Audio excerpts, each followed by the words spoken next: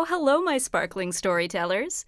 If you're new to digital sewing patterns and templates, getting all of the pages to fit together can feel a little bit overwhelming at first.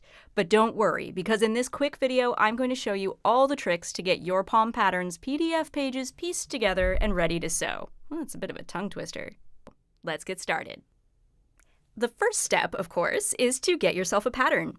When you purchase a pattern from my Etsy shop, and thank you, you should see a link to view your files immediately after completing your checkout steps. This will take you to the downloads section of your Etsy account.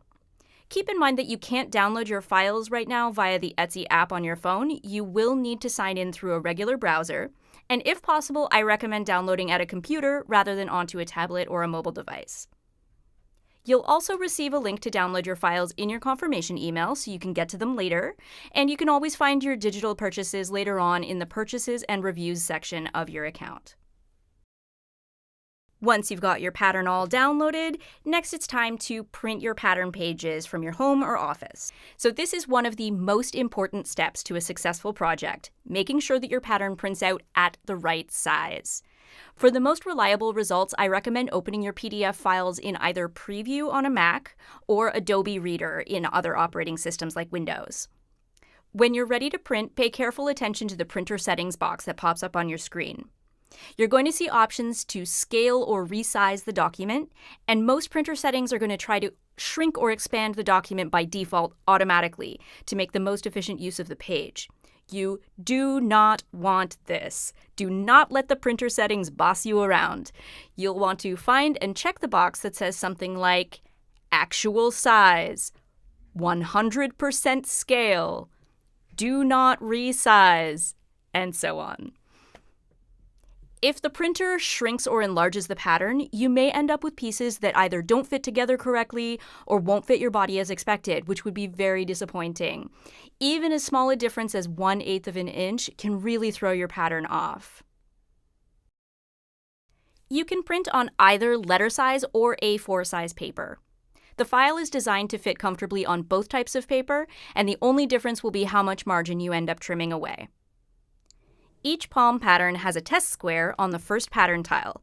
It's a good idea to print this page first, measure the test square to confirm the scale is correct, and then print all the rest of your pages at the same settings.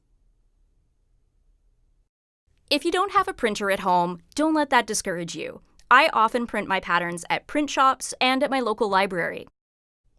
Okay, home stretch. We've got our pattern printed and we measured the test square and everything's looking groovy. So now it's time to put all the pieces together. Some patterns will have pieces that fit entirely on one page, and that's really handy, but most are going to have pages that need to be trimmed, aligned, and fit together because the pattern is bigger than the paper it's printed on. It's a little bit like doing a really simple, boring puzzle. All palm patterns are designed to be assembled by trimming the bottom and right margins along the dotted gray lines. So you can use scissors to trim, or a ruler and a knife, or even a guillotine if you're fancy like that. Regardless of what kind of blade is doing the work, though, you want to cut as precisely on the dotted line as you can manage, ideally splitting that line right down the middle. After you've trimmed the margins, take a peek at the bottom left corner of each page. The pages are labeled a little bit like a map or a spreadsheet, with both a letter and a number identifier. For example, A1, B3, and so on. The letters represent the rows running across the grid, and the numbers are going to be columns running up and down the grid. Line up each pattern tile with its neighbor, and carefully tape the trimmed edge to the dotted line on the other page. Check that your pattern markings are lining up nicely too, and that your pages are laying flat and smooth. The more precise you are at this stage, the more accurate your pattern is going to be. When your whole grid is assembled, you can trace or cut out your size and start sewing. I do recommend tracing so you have a nice clean copy of all that work you just did assembling your tiles, and then any changes you need to make you can do on the traced copy. Well, that's it for this tutorial, and I hope it's been helpful.